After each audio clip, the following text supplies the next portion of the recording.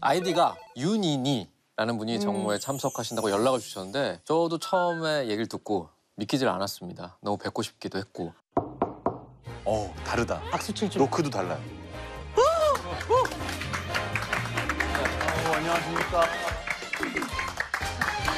안녕하세요. 아이디 윤이니 김희애입니다. 상상 그 이상이지? 정말 몰라? 이거 특급 칭찬이야. 행동 똑바로 해, 이제부터! 한참은 지금이라도 내보내. 모든 것들이 완벽했다. 딱 구멍을 찌른 걸 뭐야?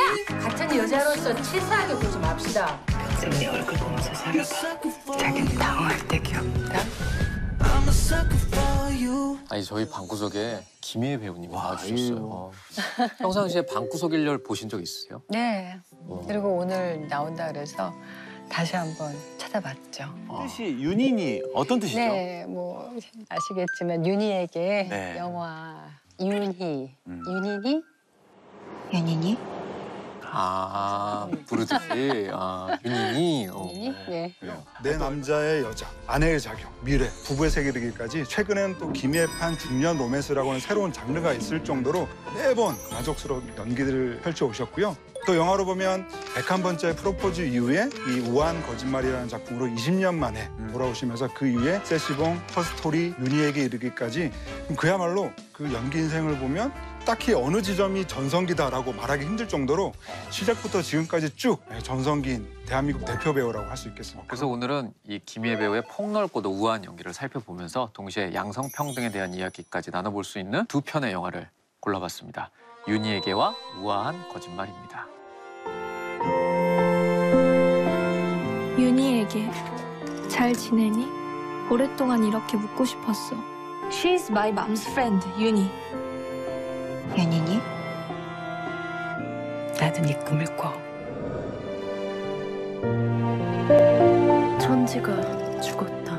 천지랑 단짝이었다니 단짝은 아니에요. 그냥 언니들 얘기하는 거야. 다들 천지한테 왜 그랬냐고!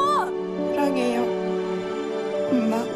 김희애 배우님한테 있어서 이 두 편의 영화는 어떤 의미를 가질까요? 먼저 우아한 거짓말 얘기를 드리자면은 다시 이렇게 또 영화를 하게 돼서 너무 저한테는 고마운 그런 작품이었고 또 그 영화에 요즘 핫하게 활동하는 우리 예쁜 배우들이 많았는데 지금 생각해보면 너무 제가 소중한 작품에 출연했었구나라는 생각에서 참 저한테 고맙고 빛나는 작품이고요. 윤희에게는 저는 책을 제일 중요하게 생각하거든요. 시나리오, 예. 대본. 네. 근데 봤을 때 이렇게 빛나는 반짝반짝 작품이 있다니 하고 저를 참 놀래켰던 작품이에요. 그래서 많은 분들이 막 되게 의외다. 어떻게 이렇게 작은 작품에 출연해서 저는 그런 질문이 의외야. 그래서 저는 최근에 그런 작품을 했던 게 너무 자랑스럽고 행복한 작업이었어요. 또 윤희에게는 여성 큐어 영화로서 우리가 생각한 어떤 성평등 이슈에서 좀 더 멀리 나아간 그런 작품이라는 생각이 들고 더군다나 또 김혜애라고 하는 배우가 작은 영화에 출연했다고 하는 것 자체가 저는 굉장한 용기 있는 선택이 아니었을까라는 생각이 들고요. 이 영화에서 두 편 다 김혜애 배우님이 하신 역할은 공통적으로 가난한 여성이죠. 그러니까 아이를 키우고 그러면서 마트에서 일을 하거나 아니면 공장에서 일을 하는 가난한 여성의 어떤 고단함. 이 두 편 다 고단한 여성의 피곤한 얼굴이 얼마나 리얼하게 아름답고 멋있어 보이는가가 느껴지는 씬들이 있는 영화라고 해야 할까요? 그래서 가족과 함께 보시기에 되게 좋은 영화라고 생각을 해요. 맞아요. 네, 그럼 먼저 임대영 감독이 연출하신 영화 윤희에게부터 볼 텐데요. 여기 엄마 옛 친구가 살아. 사실 대본 쓸 때부터 김희애라는 배우를 떠올렸다고 합니다. 처음 애초부터요. 네, 전형적인 그러니까 한국의 어머니상보다는 그래도 한 명의 개성, 취향 있는 캐릭터를 만들고 싶었고 이제 존재감과 카리스마가 있는 김희애 배우가 당연히 적격이었겠죠. 근데 엄마 담배 펴? 나도 가끔. 그러니까 누군가의 아내나 엄마, 며느리 이렇게 묘사가 되는 게 아니라 한 명의 주인공으로 마음속 깊은 욕망을 드러내고 나 세범이랑 같이 여기 떠나. 그 개인으로 우뚝 설 수 있는 과정이 아주 부드럽게 묘사됐었고 김희애 배우가 아주 적격이었었죠. 그러니까 윤희의 첫사랑 준을 연기한 배우는 바로 그 일본의 나카무라 유코 배우인데요.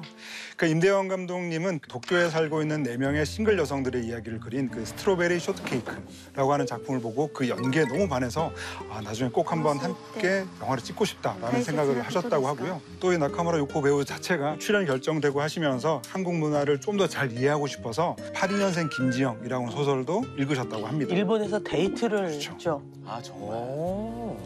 결국 나는 오빠가 소개해주는 남자를 만나 일찍 결혼했어. 나도 너처럼 도망쳤던 거야. 윤희라는 캐릭터를 보면 뭔가 받아들여지는 데 있어서 한계가 있었던 시대를 살았다 보니까 더 안쓰럽게 좀 느껴지더라고요. 근데 이제 저는 윤희가 그렇게 특별하게 느껴지지 않았어요. 한국에 얼마나 많은 여자들이 자기 하고 싶은 대로 자기가 원하는 혜택만큼 그러고 살아왔을까요?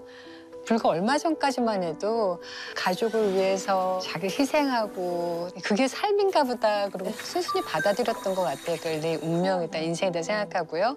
저도 그런 시대를 살아온 사람이고 그러니까 윤희가 그냥 한국의 어떤 한 동년배 그런 여자였고 그럼에도 불구하고 남은 인생을 또 희망차게 다시 자기 자신을 찾아서 시작하는 나도 용기를 낼 수 있을 거야. 그런 정도라고 말씀드리고 싶어요. 근데 영화 속 윤희의 나이를 생각해봐도 저 집은 조금 굉장히 보수적인 집안인 것 같아요. 그 대학도 진학 못하게 하고 이거는 그러니까 윤희가 10대이던 시절 어떤 여성을 사랑한다라고 말했다라는 것이 집안 전체로 하여금 이 여성을 가두기로 결심한 것 같은. 부모님은 너를 사랑한다고 말하는 내가 병에 걸린 거라고 생각했고 나는 억지로 정신병원에 다녀했어. 상황인 거죠. 네. 근데 그걸 보면 사실은 지금도 치료가 그게 필요하다. 종교의 힘이건 의학의 힘이건 고쳐야 된다고 생각하는 사람들이 많은 것처럼 지금을 살아가는 관객들도 윤희에게를 봤을 때 과거의 아픔이 아니라 자기한테 동요될 수 있는 아픔으로 느껴졌을 수 있을 것 같거든요. 그래서 남은 색이 벌처럼 느껴졌다라고 고백하는 것 자체가 되게 울림이 크다고 생각해요. 네. 그러니까 우리는 되게 단순하게 생각을 해요. 그러니까 아픔이 있으면 되게 슬펐구나. 나쁜 짓을 하면 너 나쁜 애구나. 근데 그렇지 않고 그럼 윤희는 살면서 한 번도 안 웃었을까요? 그 후에? 아닐걸요? 아이가 태어났을 때 행복했을 거고 그냥 이러고 사는 거구나라고 생각하는 어떤 순간이 있었을 거고 마음속 한 구석은 되게 아프지만 버티는 어떤 삶을 살았을 거예요. 그러니까 그런 다양한 결들을 감독이 보여주진 않아도 지우고 있지 않다는 게 이 영화의 되게 멋진 점이라고 생각을 하기 때문에 저는 이 영화를 참 좋아하는 것 같아요. 다른 분들은 어떤 장면이 가장 기억에 남으세요? 저는 이제 그 바에 앉아서 한국말로 소망을 이야기하는. 그 씬도 진짜 좋다. 그러니까 お友達にはお会いになりましたか 같이 맛있는 것도 먹고 산책도 하고 옷은 갑자기 그날 차려입었잖아요. 근데 마음이 확 풀어져 버린 게 집에 이렇게 놀러도 가고. 느껴지면서 결이 또 하나 이렇게 생기는 그 씬들이 되게 좋아서. 오히려 그때가 더 윤희 같은 느낌이 들었어요, 저는. 오히려 그런 게 정말 윤희가 아니었을까 놀러도 가고. 그런 생각이 들 정도로 오히려 편안했어요. 근데 김희애 배우께서 이제 윤희라는 캐릭터를 뭐 특별한 사람이라고 생각하지 않았다. 그렇다면 그냥 그 캐릭터를 일단 뭐 분석을 하시고 연기하시기 전에 그런 과정들이 있으셨을 텐데 네. 어떤 고민들을 하셨을지. 이제 일종의 러브 스토리일 수도 네. 있는데요. 뭐 없잖아요. 그냥 상상만으로만 계속 있다가 그렇죠. 여기 엄마 옛 친구가 살아. 느닷없이 만나서 그런 중요한 장면도 결정적으로 있었고 그래서 너무 걱정이 되는 거예요. 정말 하다못해 그 박해준 씨랑 막 싸우고 뭐 이러면 이 감정이 막 힘들어하시다. 쌓아져서 이걸 결과가 생기는데 그냥 걸어가다가 이렇게 보고 하는 거라 그래서 영화나 이런 감정을 끌을 수 있는 이런 거를 많이 봤어요.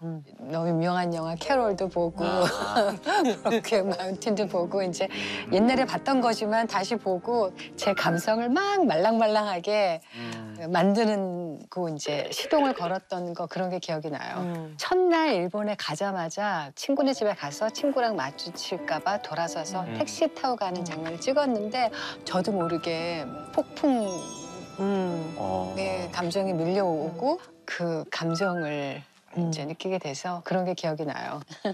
그 나카무라 유코 배우가 촬영 전에 프로듀서한테 김희애 배우의 고등학교 시절 사진을 바라다가 매일매일 보면서 감정이입을 준비하고 마음을 쌓아서 말랑말랑하게 만들어서 이렇게. 네. 실제 연기를 할 때 정말 이렇게 터트릴 수 있게 나름대로 준비를 한 것 같아요. 김희애 배우는 어떠셨어요? 그 외국 배우하고 호흡을 맞춘다는 게 굉장히 어려울 것 같거든요. 어떤 준비가 있었을까요? 그 만난 씬이 많지 않아가지고 그리고 실은 하루 딱 맞아. 그 만나는 씬도 자기 감정이 훨씬 더 중요한 네, 씬들이어서. 하긴 이게 뭔가 이렇게 하는 그런 게 아니니까. 근데 아무튼 이제 뭐 리딩 때도 한번 보고 이제 부산 영화제 때도 뵙고 그랬는데 도도하지 않고 예, 도도하지 않고 아주 소탈하고 너무 또 사람도 좋더라고요. 예, 아주 다시 만나고 싶어요. 너는 네가 부끄럽지 않다고 했지. 나도 더 이상 내가 부끄럽지 않았으면 좋겠어. 오타로 여행을 기점으로 이 윤희가 마침내 자기 인생의 주체가 돼서 새 출발을 하게 되잖아요. 그렇죠. 축동? 긴장돼? 그래서 저는 이 작품에서 또 가장 좋아하는 장면 중에 하나가 이 카페에서 그 이력서에다가 고졸이라고 쓰면서 정말 너무나 이 설레는 표정으로 새 직장을 구하려고 하는 그 이력서를 쓰는 그 모습이 너무나 좋았거든요. 그러면서 사실은 딸이 그때까지 자기를 이해하지 못했으면 딸이 서울로 간다고 했을 때 같이 가진 않았을 것 같은데 이미 딸이 나를 너무 이해하는 것 같으니까 딸의 진학에 맞춰서 서울에 가야겠다고 결심한 것도 저는 되게 좋았고요. 또 준에게 쓰는 편지도 그런 대목도 굉장히 좀 인상적이더라고요. 나는 세범이를 더 배울 게 없을 때까지 스스로 그만 배우겠다고 할 때까지 배우게 할 작정이야. 그러니까 나도 이제 더 이상 과거의 삶을 반복하지 않을 것이고 세범이에게도 지난 삶을 답습하게 하지 않겠다라고 하는 그런 결심이 보여서 너무 좋았던 것 같습니다. 그렇죠. 네가 무슨 기술이 있어, 경력이 있어. 그리고 또 저는 오빠에게 나 세범이랑 같이 여기 떠나. 라고 할 때 너무 시원했어요. 그냥 그 장면 자체가. 그렇죠. 영화 시작도 준이 아버지의 죽음을 통해서 뭔가 가부장제로서의 탈출의 좀 이미지가 있고 스미스 한갈로 엔딩에서 윤희가 오빠로 상징되는 자신의 억압으로부터 오빠한테 작별을 인사로 온 구하고 거야. 그렇다고 윤희가 그 사람들에게 막 폭탄을 날리는 방식이 아니라 오빠도 잘 살아봐. 잘 살아 오빠.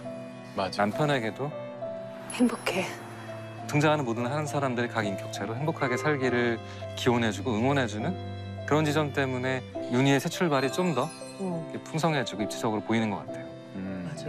윤희는 그 어려운 상황에서 많은 상처를 받았는데 그 상처를 반사하지 않기로 한 거잖아요. 그러네. 네.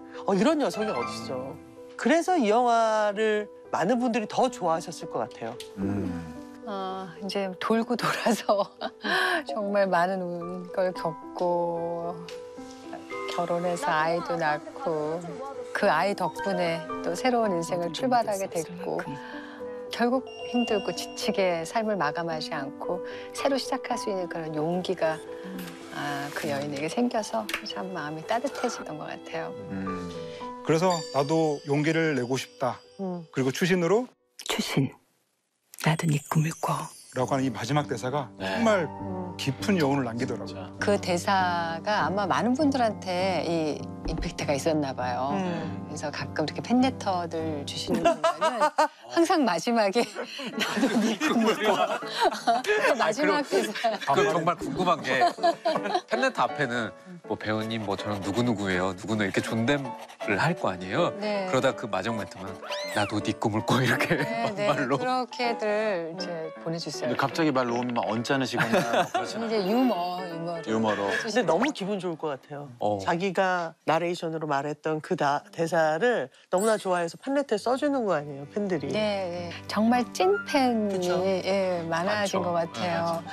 이런 영화와 이런 캐릭터를 공감하는 또 원했던 그런 분들이 분명히 계셨고 저희 영화가 굉장히 오아시스처럼 그분들한테 가서 저한테는 굉장히 소중한 팬들이 되어주셨고요. 그래서 참 하길 너무 잘했다 생각해요.